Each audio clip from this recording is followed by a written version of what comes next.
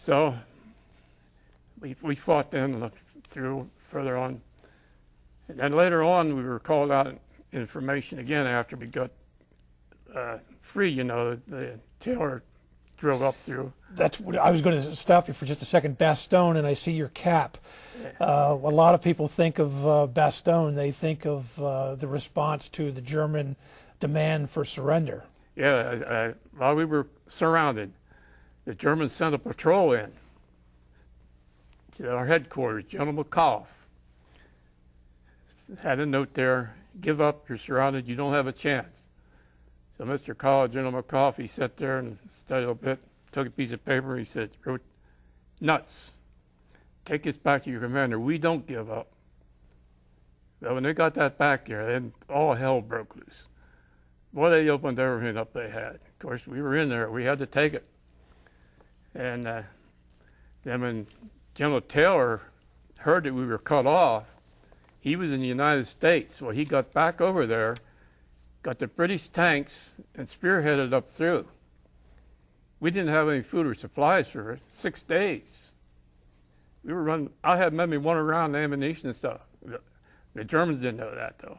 And the Germans was using our ammunition that they drove over the Americans and dressed in our uniforms. We didn't know who we were shooting.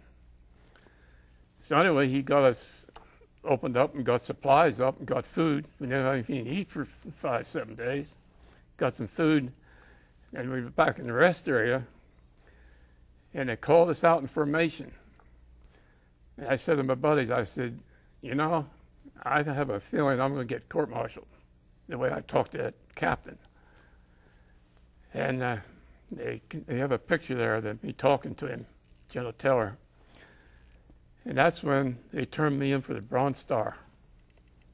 Got a Bronze Star. So you went from thinking you were going to be court-martialed to getting a Bronze Star. Yeah, yeah. And then when I got home, I got this letter from the French government, British or Belgian government. They awarded me their highest medal. It's on my jacket. And I got away with that. So sometimes it pays to be disrespectful, huh? Yeah, at that place, yeah.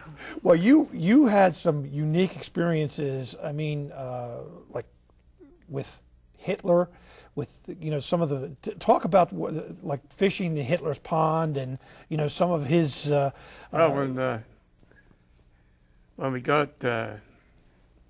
when we captured Birch's Garden, that was the last stand that Hitler was holding, Birch's Garden. And that's a little town in the valley, and he had these crow's nests way up on top. You could look over every place. And we captured that. And of course, our Air Force had the top of it all bombed down, but he had rooms underneath. And we got up there and we captured that. And his basement, he had one room, just nothing but wine that he took from France and England, or France. And we'd go in there, we'd slap these up against the wall, and we had quite a time. And down in Birch's Garden, Goring, his right-hand army guy, he had his headquarters down there.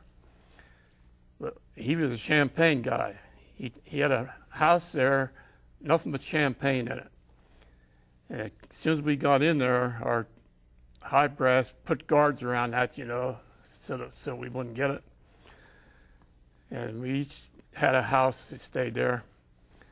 And one night I said to the guys, I said, come on, we're going to go for a walk. So we walked down to this house, and the guard was there, and he knew me. I said, take a walk around the house and walk slow. So he did. We went down, we grabbed hands full of champagne, took it back to the house. Everybody had a bottle, and we were drinking. 4 o'clock in the morning, I was the only one standing guard at the house. If one of our officers would come in, I don't know what would have happened. So we had good times and we had real bad times. And one time while we were cut off there in Bastogne, we were advancing, and there was a little creek that was frozen over. And the guys in front of me all walked over, and I started to walk over, and I fell in up to my knees. 10 below zero weather, up to your knees, coming night, snow on the ground. They said, we're going to hold up for the night. Well, we were right at the corner of a pine forest. And the longer I sat there, we couldn't build a fire or anything. My feet started to get numb. There was ice, you know, and no way I could get them warm. Across the field, in the daytime, our Air Force had an old barn burning. That was probably twice the length of a football field. I kept looking at that fire over there, and my feet started to get blue, numb. And I knew if I couldn't get over there, they'd have to take my legs off. And I said to the guys, I said, I'm not going home without any legs. If the Germans were up the fence row about 1,000 feet or so, we knew it. And that fire and the snow made it like almost like daylight. I said, I'm going over there. I said, if they shoot me, good. I said, I'm not going home with no feet. They said, well, if you go, we're going to go with you. And I said, okay, we're just going to walk. We're not going to run. We walked over there. I took all my clothes off, every stitch of clothes, and got up as far as I could to that fire. We stood there for maybe an hour and a half. They got boots dried out and everything. That was real good and warm. Everything was dry. Put them back on. We walked back across. Come daylight, we started to advance. Germans opened up machine gun fire on us. Now, why didn't they do that when I was there? I don't know. A miracle. Really is. That was one bad experience I had. Mm-hmm. Now, you mentioned souvenirs, and I know that from talking to some other veterans, souvenirs were very important because, well, for whatever reason. But show us what you have with you today. Okay. When the war was over, we were capturing prisoners and stuff were coming back, and this SS trooper was with them.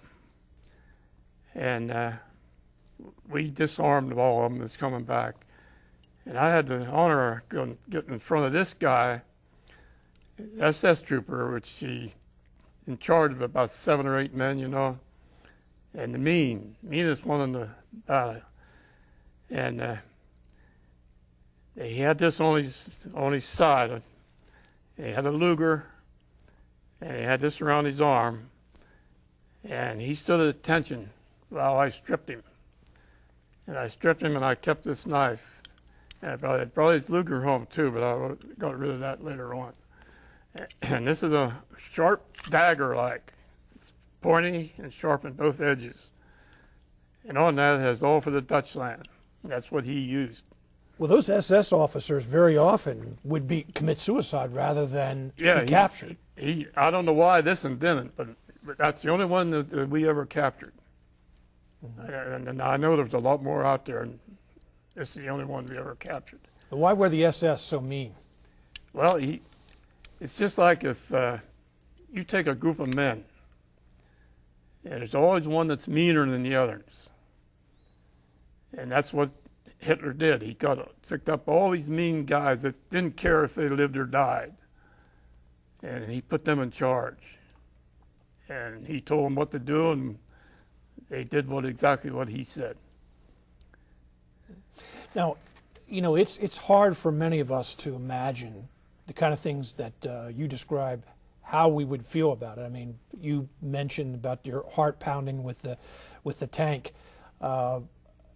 I mean, describe it, how afraid, because I know that's a question you're asked very often. You know, when were you most afraid? When did you think that you weren't going to make it? I mean, throughout your war years, when were you most afraid? When I stand in front of that tank. That was it? Yep, that was it. I thought this is as far as I'm going to be able to go. Now, do you think about home? Do you think about what you're going to miss, or is it just adrenaline flowing, or what? Oh, yeah. I often said, I don't know why, you know, that I'm back here. Because you can't get a tank as a rule with the bazooka. It's near impossible. Why I did, I have no idea.